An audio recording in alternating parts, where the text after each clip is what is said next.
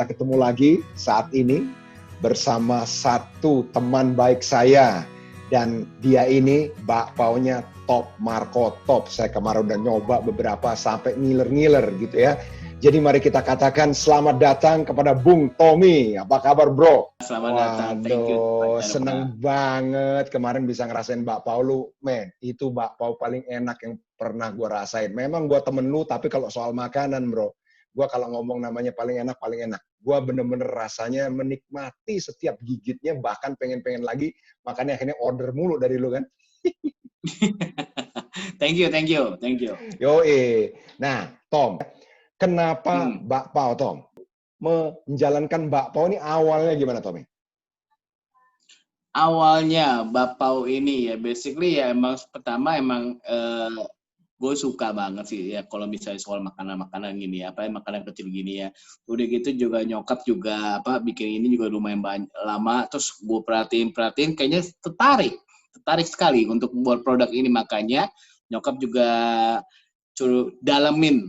Sebagai kan juga udah tua juga, dia suruh dalamin resep inilah, coba siapa tahu kedepannya lebih bagus lagi, dia bilang gitu.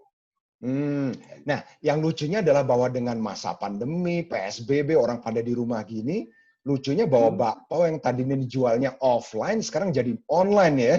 Gua aja pertama kali lihat bakpao lu buktinya di Instagram dan langsung ngiler, ini bakpaonya Tommy boleh nih dijajal nih gitu kan. Betul. Emang aku juga kan kalau dulu kan nyokap kan model konvensional, dia antar teman sama teman. Tapi kita kan yang udah kayak bilang milenial ya kita coba dipakai media sosial, Chan. Dan kita coba masukin dan lumayan juga responnya cukup bagus responnya. Nah, yang membuat lu tertarik sama bisnis makanan ini, kalau tadi lu kan bilang lu seneng kan, lu emang hobi makanan gitu ya. Apakah itu menjadi penyebab keputusan lu untuk terjun di dalam bisnis bakpao ini? Betul. Emang makanya itu karena aku suka makanan, suka juga makanan-makanan kecil, cemil-cemil ini, kalau dicoba kok kayak enak sekali. Nggak ada salahnya dong kalau kita lebih dalamin lagi, dan nyokap juga support juga ya, maka aku mau fokusin di bakpao ini. Enak sekali, coba juga makanan harian, everybody bisa mencicipi juga, dan kita dan so far oke. Visi lu yang lu mau bawa bakpao ini, lu mau bawa kemana? Apa yang ada di dalam benak lu kalau lu lagi mikirin bisnis bakpao Ester Pao ini? Kalau aku pikir visi buat bakpao Ester Pao ini, aku pengen target pertama untuk menjamah untuk semua orang satu Jakarta, mau barat, timur, selatan, pusat, itu bisa mencicipi bakpao kita gitu. Coba. Waduh, Itu mantap. Nah, target aku pertama. kalau lu ngomong bakpao ya, gue langsung tertarik pertanyaan ini, Tom. Kenapa kok bakpao, Tom? Kenapa kok bukan misalnya somai atau pempek gitu? Tapi kenapa bakpao tuh kenapa sih, Tom? Pertama ya, kalau kita ngomong bakpao tuh bisa dimakan kapan saja. You bisa makan buat breakfast, you bisa makan buat lunch time, you bisa makan buat supper juga. You bisa makan juga kalau lagi santai-santai juga. Kalau misalnya kalau kita makan yang barang seperti kayak siomay, pempek kan itu kan beda. Siomay itu. Kalau ini Bapak kan skalanya kita luas. You mau makan anytime dimanapun juga, anytime bisa itu. Orang bisa mencicipi juga begitu. Saya rasa jadi tidak terbatas ruang waktu ya. Bisa pagi, siang, malam. Gitu.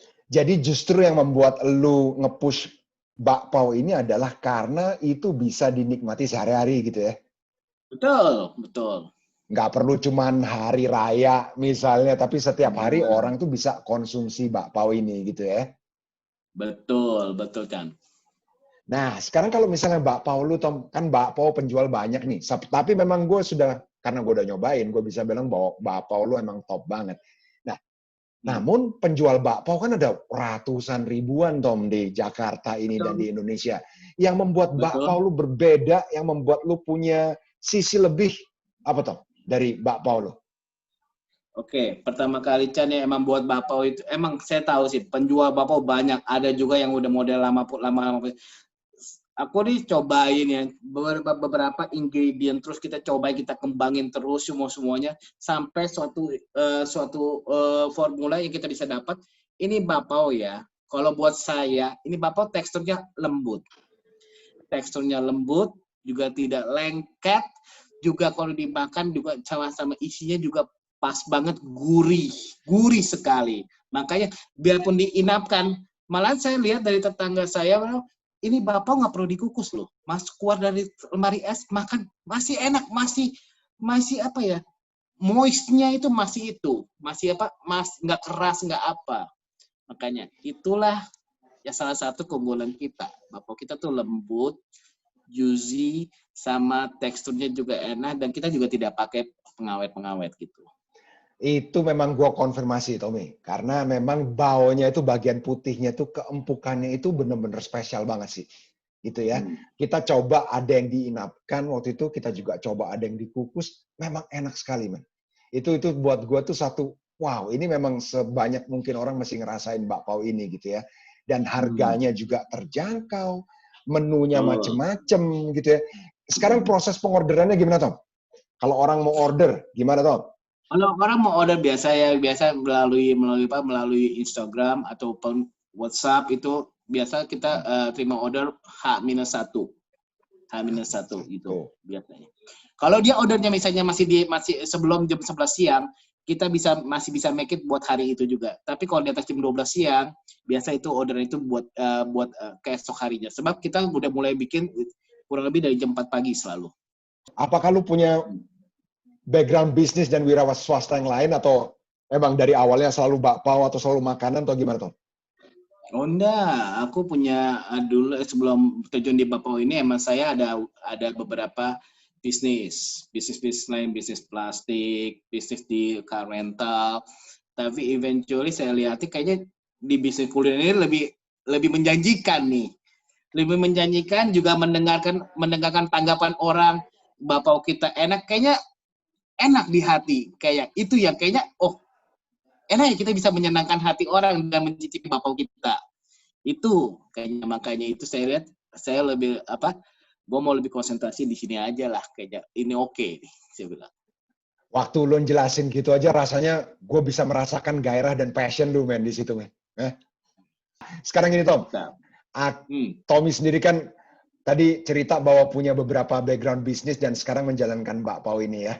Sekarang bagikan kepada kita nih, para pebisnis yang sekarang juga berjuang secara online di masa pandemi ini, prinsip-prinsip bisnis sukses itu apa aja sih yang Tommy pegang, yang sudah terbukti dari dulu dan sampai sekarang itu bisa berjalan dan bisa kita duplikasikan buat orang lain dan jadi sukses? Kalau prinsip bisnis ya dari awal, dari mau bisnis apapun juga, mau bisnis kuliner atau mau bisnis yang lain, prinsip awal kita mesti disiplin lah.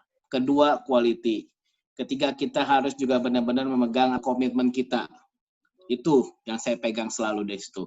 Jadi benar-benar kita zaman juga di bisnis kuliner kita mesti jaga quality, semua juga ketepatan waktu, semuanya.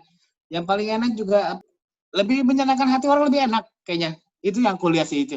Yang penting disiplin, komitmen sama quality kita. Itu ya yang aku pegang. Sip. Kalau gitu kawan semua, untuk pengorderan bisa lihat di layar ya.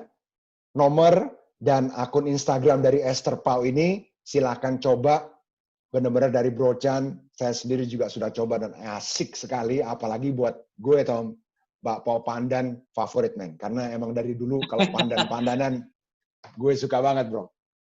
Mantap, bro. Mantap, bro. Thank you, bro. Thank you. Kalau gitu, salam sukses buat Tommy dan buat Anda. Silahkan pengorderan langsung, dan buat teman-teman para bisnis, semoga pembicaraan kita hari ini bisa membawa masukan yang tepat dan cespleng buat bisnis kita masing-masing. Oke, salam sukses. Sampai bertemu. Jempol. Terima kasih, Bro Chan.